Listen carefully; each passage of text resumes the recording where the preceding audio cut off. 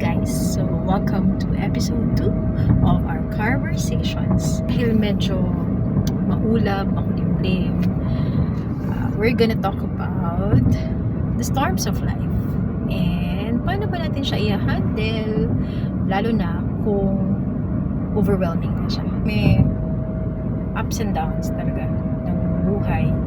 Yan, so minsan nakakatakot na parang okay lahat, tapos maya baka maya nandiyan na yung storm, di ba? Ano yung bear? Yeah, so we cannot control it really actually, di ba? But we can always prepare and we can always be in faith that whatever it is that we're going through, it will come to pass. That the God that we serve is still sovereign and still loving. Yan, so last time nga nag-service kami sa church, ang sinabi ng pastor is sovereign chaos. Yun yung mga bagay na pinapahintulutan ng Panginoon na mangyari sa buhay natin, sa personal man siya or kung ano man yung nangyayari ngayon. Pero it doesn't mean na hindi siya in control.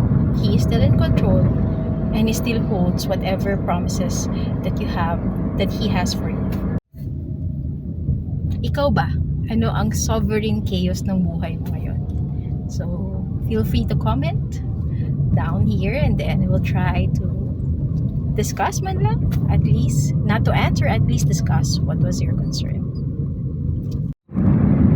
Yeah, so that's it for now.